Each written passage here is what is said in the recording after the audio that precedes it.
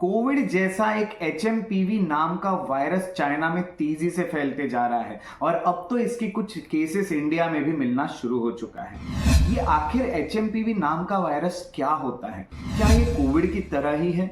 इसके क्या सिम्टम्स होते हैं? क्या इस वायरस की कोई वैक्सीन अवेलेबल है? इस वायरस से हम खुद का बचाव कैसे कर सकते हैं? ऐसे कई सारे सवालों के जवाब आज हम इस वीडियो में लेने वाले हैं। तो इस वीडियो के एंड तक बने रहिएगा ताकि हम इस वायरस के बारे में पूरी इंफॉर्मेशन लेके इस वायरस से खुद का और हमारे देश का बचाव कर सके, इसके लिए अवेयरनेस स्प्रेड कर सके और इस वायरस को स्प्रेड होने से रोक सके। सबसे पहले जान लेते हैं कि एचएमपीवी वायरस क्या है। एचएमपीवी यानी ह्यूमन मेटान्यूमो वायरस, जो कि एक कॉमन रेस्पिरेटरी वायरस है। रेस्पिरेटरी वायरस यानी जहां से हम सांस लेते हैं वहां पे ये इन्फेक्शन करता है। जैसे कि फॉर एग्जांपल कहेंगे तो सर्दी हो जाना, हमारे जो सांस लेने की जो जगह है वहां पे ये इन्फेक्शन क्रिएट करता है। ये जो वायरस है ये सीजनल वायरस कहा जाता है, जो कि कुछ सीजन्स में ही आपको देखने मिलता है। ऐसा तो नहीं कह सकते कि साल भर नहीं होता है, बट बहुत कम होता है और ज्यादातर विंटर के सीजन में या स्प्रिंग के सीजन में ये बहुत ज्यादा बढ़ते हुए देखने मिलता है। और अभी तो विंटर चल रहा है, इसीलिए वायरस बहुत तेजी से स्प्रेड होने के चांसेस बताए जा रहे हैं। क्या ये एचएमपीवी वायरस कोई नया वायरस है? तो आपको बता दूं कि ये नया वायरस नहीं है। इसको सबसे पहले 2001 में डिस्कवर किया गया था, बट एक्सपर्ट्स का ये कहना है कि ये वायरस के कुछ एविडेंसेस 1958 से ही हमें देखने मिल रहे हैं। तो ये वायरस कोई नया वायरस तो नहीं है। क्या ये वायरस कोविड की तरह ही है? तो इसका जवाब है जी हाँ, ये वायरस बिल्कुल कोविड की तरह ही है। क्या क्या सिमिलैरिटीज है कोविड और इस वायरस में, ये भी मैं आपको बताता हूं। सबसे पहली सिमिलैरिटी तो ये है कि कोविड और एचएमपीवी दोनों हर एज के लोगों को इन्फेक्ट कर सकते हैं, यानी हर एज के लोगों को हो सकते हैं। बट ज़्यादातर जो चिल्ड्रन होते हैं, जो बच्चे होते हैं, या फिर जो ओल्डर एडल्ट्स होते हैं, जो कि ज़्यादा एज के लोग होते हैं, या फिर जो ऐसे लोग होते हैं जिनका इम्यून सिस्टम वीक है, ऐसे लोगों को ये बहुत जल्दी इन्फेक्शन क्रिएट करते हैं। तो ऐसे लोगों को इसके लिए इन दोनों वायरसेस से बचने की बहुत ज़्यादा ज़रूरत होती है।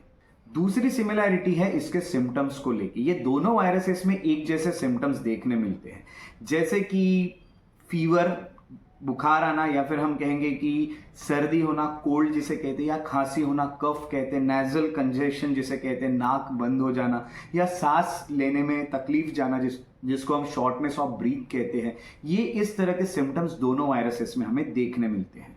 तीसरी सिमिलैरिटी ये है कि ये दोनों वायरस एक तरह से ही फैलते हैं, यानी इनके स्प्रेड होने का जो जरिया है वो एक ही है। जैसे कि जब कोई इन्फेक्टेड पर्सन खांसता या छींकता है तो ये वायरस भी स्प्रेड होता है, जैसे कि कोविड होता था। या फिर ये वायरस कहीं किसी ऑब्जेक्ट पे और उस ऑब्जेक्ट को आप हाथ लगा दे और उसके बाद आप अपने नाक को, आंख को या मुंह को वो हाथ लगा दे बिना धोए, तो वो ये वायरस भी हमें हो सकता है। तो हमें ये एक और सिमिलैरिटी दोनों वायरसेस में देखने मिल रही है। चौथी सिमिलैरिटी ये है कि ये दोनों वायरस सीजनल ही होते हैं, यानी इनका स्प्रेड ज्यादातर विंटर के समय बहुत ज्यादा देखने मिलता है, जब ठंड बढ़ने लगती है या फिर जब लोगों का इम्यून सिस्टम वीक होते हुए दिखता है जिन सीजन में, तब ये बहुत ज्यादा स्प्रेड होते हुए हमें दिखते हैं। ओवरऑल हमें ये पता चल रहा है कि एचएमपीवी वायरस कोविड की तरह ही है। हम इसे कोविड का भाई बिल्कुल कह सकते हैं।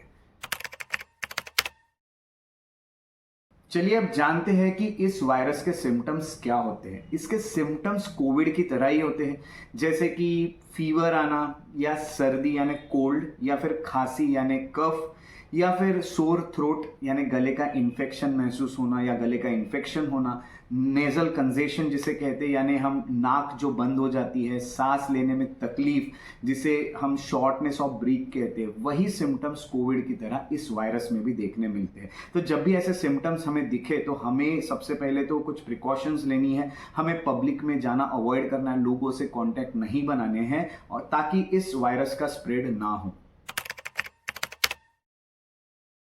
अब हम जानते हैं कि इस वायरस से हम खुद को कैसे बचा सकते हैं। इस वायरस से बचने के लिए सबसे पहला तरीका है कि अपने हाथ बहुत अच्छे से धोए। वही कोविड के समय जो बताया जाता था कि 20 सेकंड्स तक अपने हाथ किसी सोप या किसी हैंड वॉश से आपको धोते रहना चाहिए, आपको सैनिटाइजर्स का यूज़ करते रहना चाहिए। कोई भी चीज़ खाने से पहले या फिर कहीं भी माउथ या आईज को हाथ लगाने से या नोज को हाथ लगाने से पहले आपके जो हैंड्स है या आपके जो हाथ है वो अच्छे से धोए हुए होने चाहिए। दूसरा ये तरीका है वायरस से बचने का कि हम अवॉइड करें कि हम ज़्यादातर अपने आँख को, हमारे नाक को या माउथ को अपने हाथ टच ना करें जब तक वो धोए हुए ना हो। तीसरा तरीका है इससे बचने का कि जो लोग बीमार हैं, जिनको ये सिम्टम्स देखने मिलते हैं, उनसे हम थोड़ा सा दूर रहें, उनसे क्लोज कॉन्टैक्ट्स ना बनाएं। चौथा, इस वायरस को स्प्रेड होने से इस तरह से बचाया जा सकता है कि जो भी पेशेंट्स होते हैं उनको कभी भी खांसते समय या छींकते समय हम कहेंगे कि कुछ अपना मुंह जो होता है और अपना नोज जो होता है उसे कवर करना चाहिए ताकि ये इन्फेक्शन दूसरों को ना हो और ये स्प्रेड ना हो। पांचवा तरीका है कि हम अपने यूटेंसिल्स या हम अपने जो बर्तन होते हैं, अपने ग्लास होते हैं, अपने कप होते हैं, उसे अच्छे से धो ले या फिर वो किसी और से शेयर ना करे, इस समय तो भी ना करे, क्योंकि हम इस वायरस से इसी तरह से बच सकते हैं। पांचवा तरीका है कि हैंडशेक या फिर किसी से डायरेक्ट कांटेक्ट में ना आए, इसे अवॉइड करें कुछ समय के लिए जब तक ये वायरस चल रहा है। एटलीस्ट तब तक तो भी हमें ये चीज़ों का ख्याल रखना होगा। सो हैंडशेक से अच्छा है दूर से नमस्ते करें और चल ले। अब अगला सवाल, क्या इस वायरस के लिए कोई वैक्सीन अवेलेबल है क्या? तो इस सवाल का जवाब है नहीं। इस वायरस के लिए कोई भी वैक्सीन अब तक अवेलेबल नहीं है। तो एक ही तरीका है कि prevention is better than cure. हमें इस वायरस को होने से खुद को रोकना होगा क्योंकि इसका कोई इलाज भी अवेलेबल नहीं है।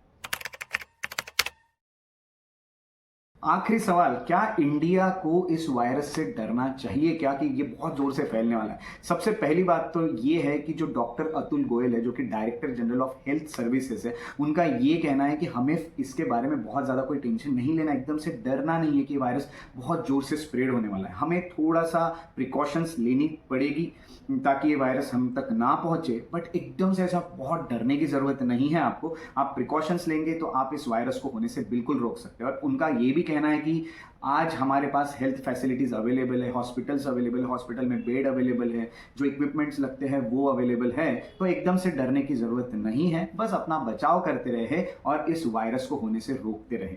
इसके अलावा जो मिनिस्ट्री ऑफ हेल्थ है, उन्होंने ये भी कहा है कि चाइना में जो केसेस बढ़ रही है उसको हम मॉनिटर कर रहे हैं और इंडिया में भी जो केसेस आ रही है उसको भी मॉनिटर करना कंटिन्यूअसली शुरू है। सो हमें एकदम से कोई डरने की ज़रूरत नहीं है। हम हर चैनल से चाइना की जो केसेस है उसको मॉनिटर कर रहे हैं। उसके साथ साथ हमने WHO को भी रिक्वेस्ट की है कि आपके पास जो भी डेटा आता है, अपडेटेड डेटा, वो आप हम तक पहुंचाते रहे ताकि हम इस वायरस के बारे में हमेशा अपडेट रहे और जानकारी लेते रहे कि ये वायरस कहीं जोर से तो स्प्रेड नहीं हो रहा है और हमें कितने प्रिकॉशंस और लेने की ज़रूरत है।